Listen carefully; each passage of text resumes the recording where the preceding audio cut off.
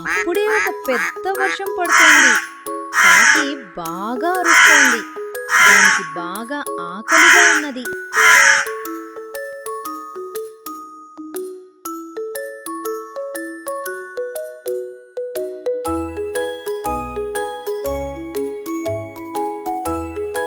ఓ కోతి మిత్రమా, నేను ఇప్పుడే నా ఆహారం కోసం వెతుకుతూ ఉన్నాను, కానీ నాకు ఎక్కడ ఆహారం దొరకలేదు. నువ్వు మంచిగా జామ పండు తింటూ ఉన్నావు. ఓ కాకి బావా, నాకు కూడా ఎక్కడ ఆహారం దొరకలేదు. కానీ ప్రక్కన ఉన్న తోట ఒకటి ఉన్నది. అక్కడ చాలా జామ తోటలు మరియు ఎన్నో పంటలు ఉన్నాయి. అక్కడ నాకు ఒక మంచి జామ పండు దొరికినది కనుక నేను అక్కడికి వెళ్ళి తెచ్చుకున్నాను. నువ్వు అక్కడి వెళ్ళి తెచ్చుకో.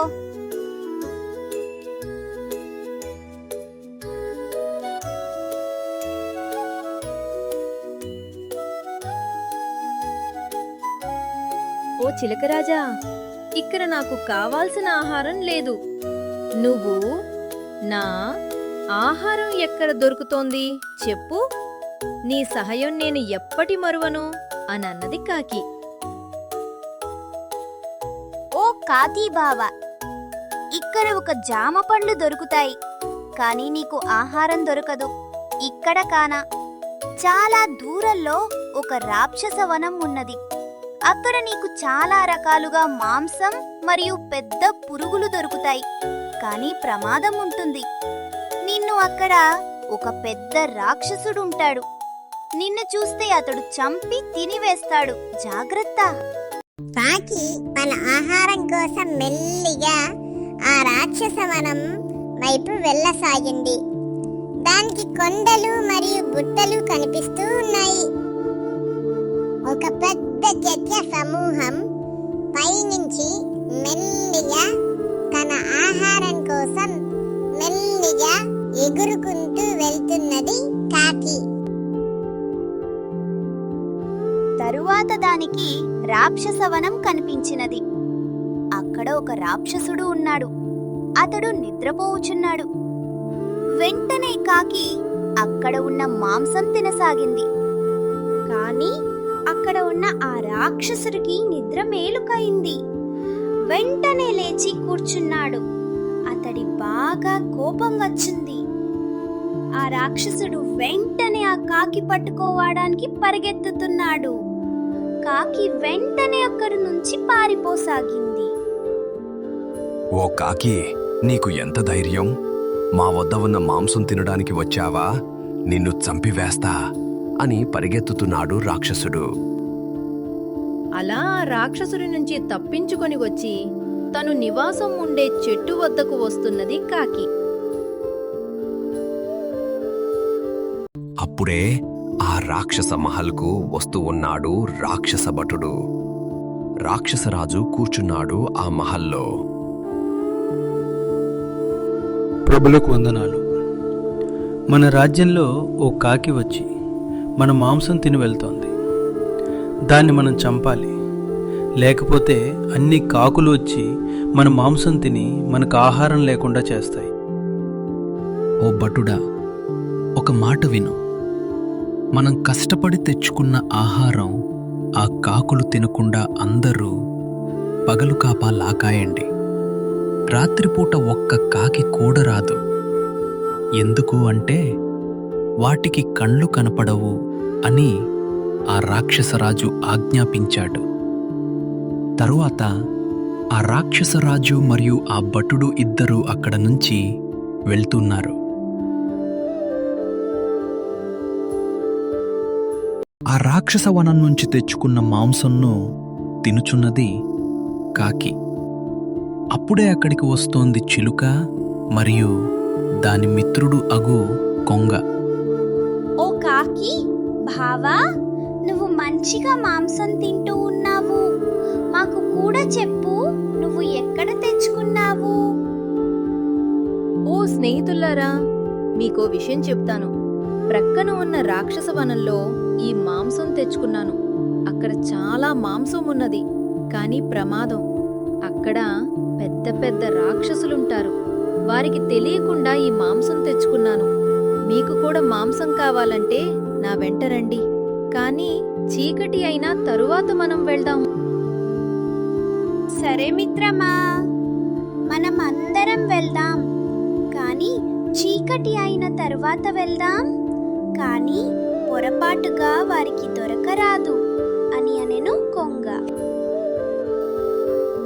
తర్వాత దాని స్నేహితులు అక్కడి నుంచి వెళ్ళిపోయాయి. రాత్రి బాగా చీకటి తరువాత కొంగ మరియు కాకి మరియు చిలుక ఇవి మెల్లిగా ఆ రాక్షస వనం వైపు వెళ్తూ ఉన్నాయి.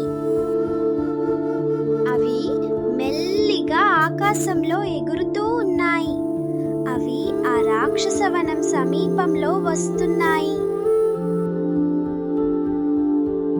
కాకి మరియు చిలుక మరియు కొంగ మీలీగా ఆ రాక్షస వనం దగ్గరకు వస్తున్నాయి. హెచ్చరిక: ఓ స్నేహితులు, మనను పట్టుకోవడానికి ఆ రాక్షసులు వల వేసి ఉన్నారు కనుక మీరు వెళ్ళవద్దు. కాకి మాట్లాడుతూ: ఓ కొంగ బావా, ఆ రాక్షసులు భయపెట్టడానికి ఈ వల పెట్టారు. మనకు ఏమి కాదు. కావాలంటే నేను వెళ్ళి ఆ మాంసం తీసుకువస్తాను అని కాకి అన్నది. కొంగ మరియు చిలుక ఎంత చెప్పినా వినలేదు కాకి. తరువాత కాకి, కొంగ మరియు చిలుక చెప్పిన మాట వినలేదు. అది మాంసం తినడానికి లోపలికి వెళ్తోంది. అరే, ఎంత పనైంది. నేను చెప్పినట్లు నువ్వు వినలేదు. నువ్వు వలలో చిక్కుకున్నావు. నువ్వు ఏమీ బాధపడవద్దు. మేము వెళ్ళి మన కోతి భావన తీసుకువచ్చి ఈ వల నుంచి నిన్ను రక్షిస్తాము. మేము వెంటనే ఇక్కడి నుంచి వెళ్ళిపోతాం. లేకపోతే ఆ రాక్షసులు వెంటనే మాకు చంపివేస్తారు. వెంటనే ఆ రెండు అక్కడి నుంచి పారిపోయాయి.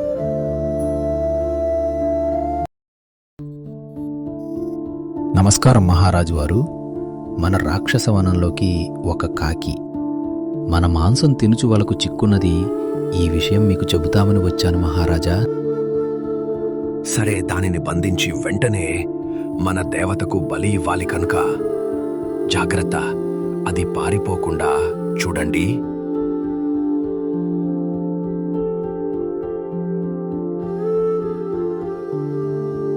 అప్పుడే ఆ కొంగ మరియు చిలుక కోతి ఉన్న చెట్టు వద్దకు వస్తూ ఉన్నాయి.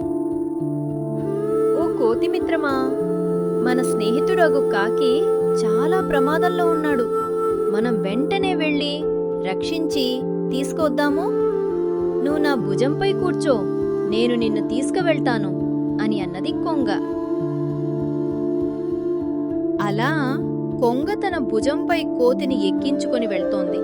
మరియు చిలుక కూడా వెళ్తోంది.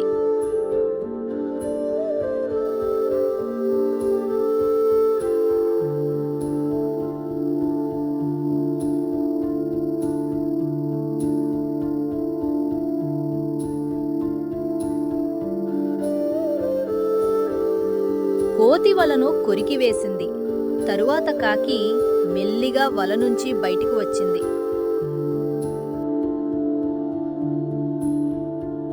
అయ్య బాబోయి, మన వల నుంచి కాకి తప్పించుకున్నది.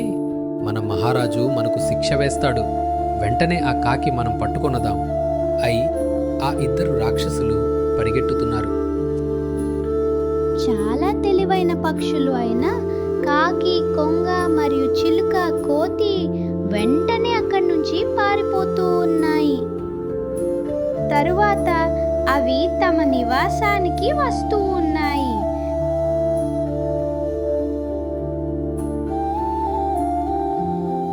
ఓ స్నేహితులారా, మీకు చాలా కృతజ్ఞతలు. మీరు నా ప్రాణాలు కాపాడేరు. మన స్నేహం ఎప్పుడూ ఐక్యమత్యంగా